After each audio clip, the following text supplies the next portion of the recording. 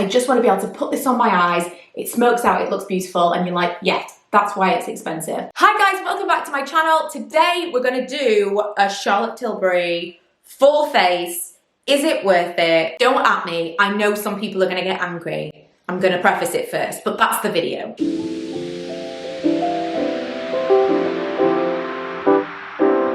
So when I talked about this recently on Instagram, I got some comments. I am not over here trying to attack anyone that loves Charlotte Tilbury. One of the comments that I got was basically, it's worth it, like my Dior lip gloss that I absolutely love is worth it, which of course, that's not worth it in terms of actual value for money. When I'm saying, is it worth it, I am speaking to those of you who are thinking of buying these products because you've been told they are absolutely incredible, you absolutely need them in your life, you can't find anything else like this. I want to tell you whether or not they are actually worth spending your money on. I am not speaking to those of you who are just die-hard fans of the brand, love the packaging, love everything about it, want to collect every item. It's a completely different thing. I love luxury beauty as much as the next person, but there is a difference. There needs to be a specific difference between this is a £50 palette.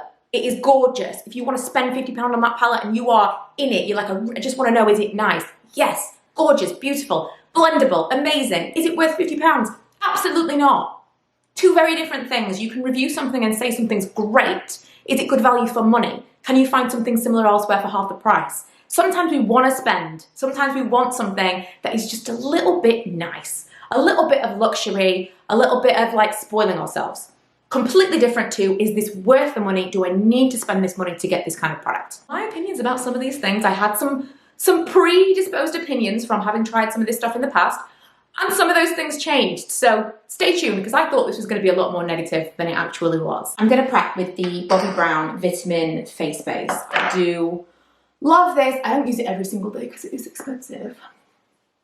But it is a really, really nice one, and in the interest of giving this stuff the absolute best possible chance I can, I'm going to give it a nice base. So we're kicking off with the AIRBRUSH Flawless Foundation, which, full disclosure, my least favorite thing that I have tried from the brand. Now what I'm gonna do is, I did use this, I'll put up a little thing here because I did a whole face of Charlotte Tilbury as like a little YouTube short, and I posted that on Instagram and on TikTok as well, and I got a few comments back which kind of informed the way that I was gonna do this video.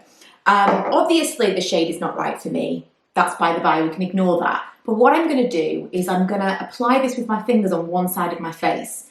It's so heavy, this is part of it, it's just preference. But I'm gonna apply this with my fingers on one side of my face, and I'm gonna use a brush. This is such a small amount of product. On the other side of my face, because I suspect the reason that I didn't like this could just be personal preference, because I am not a high coverage girl. I am very much kind of like a medium, light coverage, skin-like finish type of person, and that is not what this product is. That actually looks so much nicer. I'm gonna blend that out with my fingertips. And in that short I recorded, I actually used a sponge. I forget whether it was a beauty blender or Real Techniques, whatever it was. So we've got kind of 3 variations, but I was really unhappy with how that sat on my skin. I felt like it was so aging, it was so dry and heavy. Which is funny because I always consider a damp beauty blender to give you kind of the most perfected finish. I'm definitely happier with this side of my face. It's much, much lighter. It's definitely more flawless. It's what I kind of expected it to be. Maybe my expectations were too high with it being such a massively hyped brand.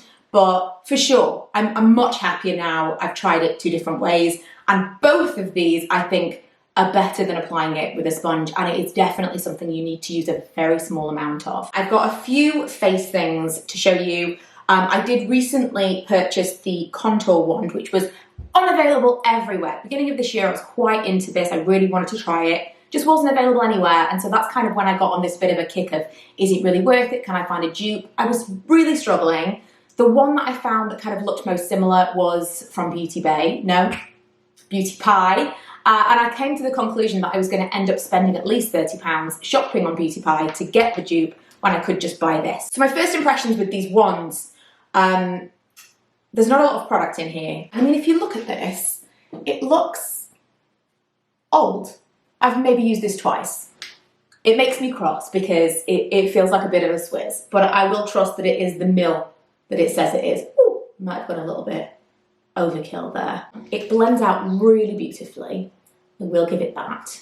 And it's a nice product to use. I really like the packaging, in spite of the fact that I think it's a bit of a Swiss and we're not really getting as much product as it seems like we are. I do like the packaging. Do you know what made me laugh? You know these sponge applicators?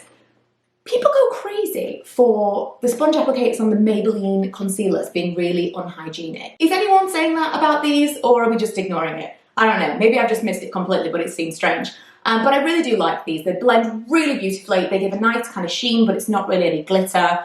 I like everything about them. They're obviously a very high price point, and I'm going to reserve judgment as to whether or not I think it was worth it for me, dependent on how long it takes me to get through it. But so far, my feelings are positive. I'm going to go in the same way. I almost feel like this is worse. It definitely is. This blush is worse than the contour wand. It might be the different material, because this is kind of a thicker plastic and this is maybe a thinner one, and so you have to squeeze it more to get the product out. With this one, I feel like I have to squeeze it, let the product come to the surface, and then put it on my cheek, because I almost need two hands.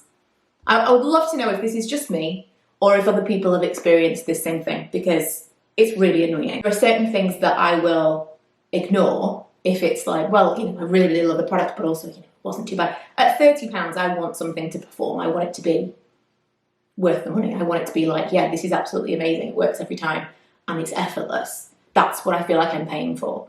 That said, it again blends beautifully and it kind of looks on the skin like a powder. A matte cream blush is kind of difficult to find that looks this way, blends this way, but it really is very, very nice. I'm going to layer that up just because I want to try some of these products. I think before I might have done the highlight but not the bronzer. So, is it going to be too much? Ooh, I would have thought I'd need a lot more than that to kind of make any difference whatsoever. I do quite like that, you know. I think of these two, from what I've seen people talk about, people seem to really, really like this bronzer more than the highlight. Do you know, just back from the early 2000s, whenever I put bronzer on, I want to go like down, you know, where the sun gets you. And now bronzer is contour, isn't it? But I just want to be like, bronzer! It's just in me. And the blush, sorry, the blush, it's not blush. I'm going to do the highlight in a second. I'm going to do the blush first. Just a little, just adding layer upon layer upon layer to the upper cheek area.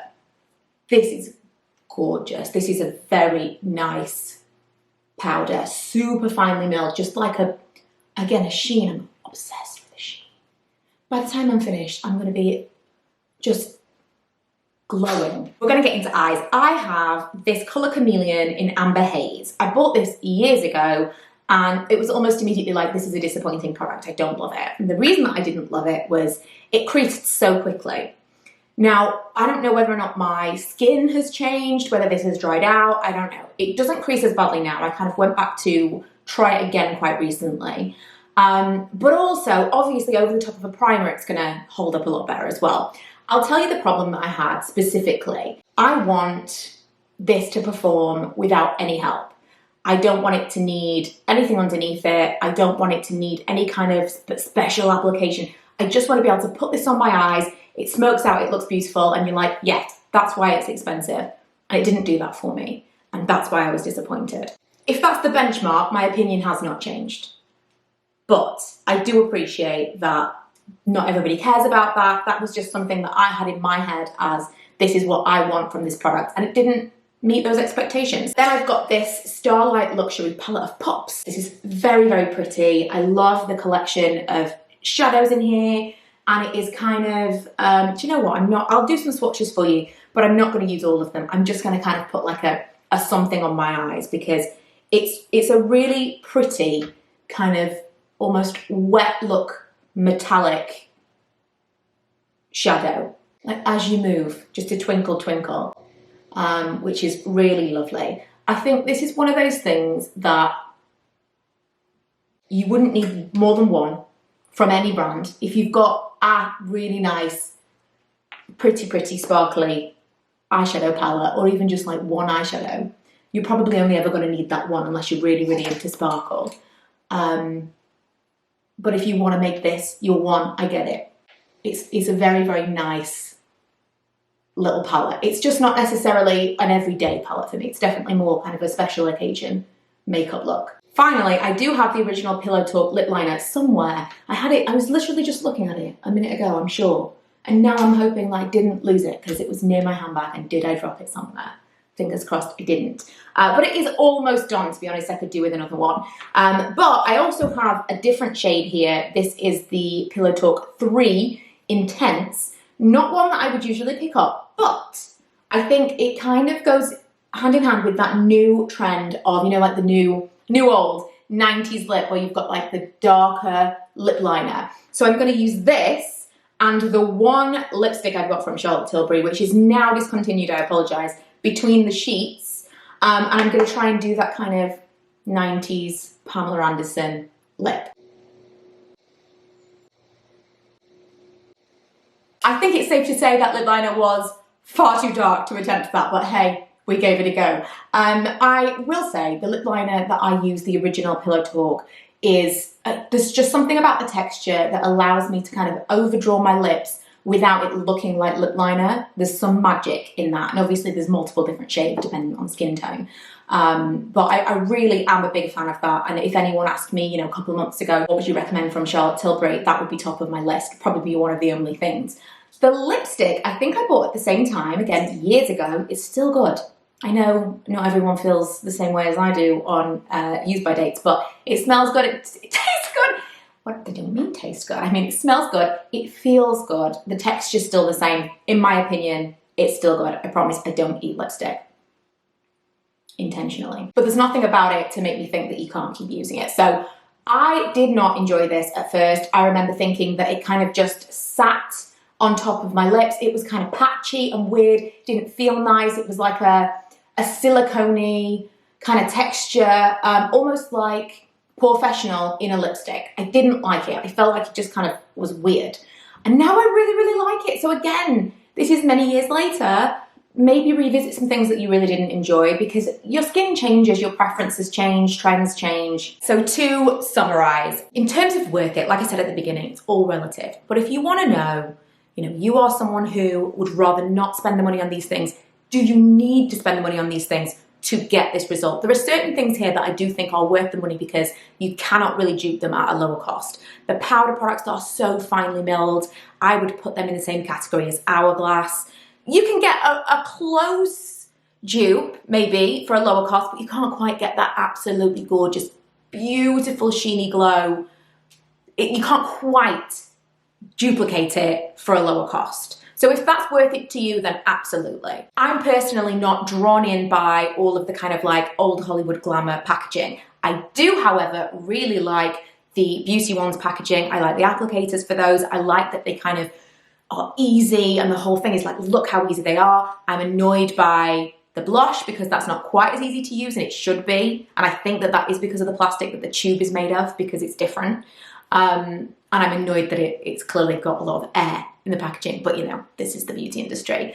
They would probably be my standouts for, I think they are worth it. You can't necessarily get something else that does exactly the same thing, that hits all the same marks. The eyeshadow, beautiful. If you want to spend a little bit of extra money and you want to spend it there, I think that's great. You can definitely get a really gorgeous, glittery foil eyeshadow for a lower cost. And if I was going to spend the money, I would probably point you in the direction of Bobbi Brown if you wanted something like that and you wanted to spend a little bit of extra money. But I get, you know, Charlotte Tilbury has its fans, and it might not necessarily be about whether or not you can get it somewhere else so much as you really want that thing that you've seen, in which case it's a really nice formula. The eye pencil you can skip. It's kind of just okay. I really do like it now, but I like it because I have it. I wouldn't run out and get it again if I didn't have it anymore. It's just kind of fine. Again, can easily be duped elsewhere. And the lip liner, I love, love, love the lip liner, but since it first came out, it was originally like, oh my God, you can't find anything this kind of formula. You can find formulas that are very similar to that now. I already love the Urban Decays. There are different textures within that line, and there are ones that I like as much as the Charlotte Tilbury now. NYX do really nice lip liners. You don't necessarily have to spend that kind of money, but I have never found an original Pillow Talk shade dupe, and I have looked everywhere. I'm talking, it needs to be, because you could find something that in theory is exactly the same shade, you look at them and they're exactly the same, but when you actually swatch it, it's not the same. I'm yet to find that dupe. If you know of one, please let me know, because I've spent a lot of money looking for one. Not for myself, but for you guys. And that's what it really comes back down to. There are certain things that for me, over the years, I have spent money trying to dupe products, specifically because I want to recommend cheaper products to you. Sometimes the dupe doesn't make sense for you as a consumer to look for. So if, for example, I had really, really wanted to try that contour wand and I just absolutely refused to pay £30, which is fair because it is overpriced for what it is, I would easily have spent £30 on multiple other things looking to find something that was like that thing that I could have just spent £30 on in the first place. As an average consumer, dupe hunting doesn't tend to make sense. For me, I feel like I could justify that cost because it's kind of a fun journey to find something that maybe I could save you guys money, I can save myself money in the long run, and I am kind of putting the money into the content that I'm creating for you. But I do not recommend you spending a ton of money and time looking for dupes. There's so many videos out on the internet, so many swatches on blogs, Instagram posts. People have done the research for you. So I totally get when people say, you know, it doesn't make sense. It doesn't make sense for the average consumer, but for someone like me, someone who reviews makeup online, it does make sense to look for dupes. And I will continue to try and find dupes for some of these products that I do think are currently worth the money, because you can't really find a low-cost alternative at exactly the same level.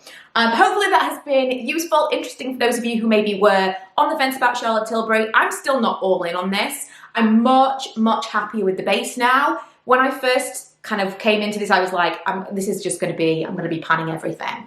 I think a lot of the stuff that I didn't like was based on the fact that I did not like the foundation on my skin. The foundation looked so heavy when I initially applied it. It really aged me, in my opinion. It just kind of accentuated all the texture. I couldn't understand. I've had some comments from people recently saying, you know, I'm on the other side of 40 and this is a brand that I absolutely love. I don't mind spending the money because it's so flattering. And I'm like, this is not my experience. So I'm glad that I gave it another go and I applied it in different ways. It can be applied more lightly and it will give you a more skin-like finish. And of course, everything you put on top of your foundation is going to be kind of led by the foundation in terms of what it's going to look like. So I'm happy I kind of gave everything another go, including the things that I purchased for myself and just kind of written off years ago. But I will link everything for you in the description. If you've got any questions, of course, let me know, and I will see you guys in my next one.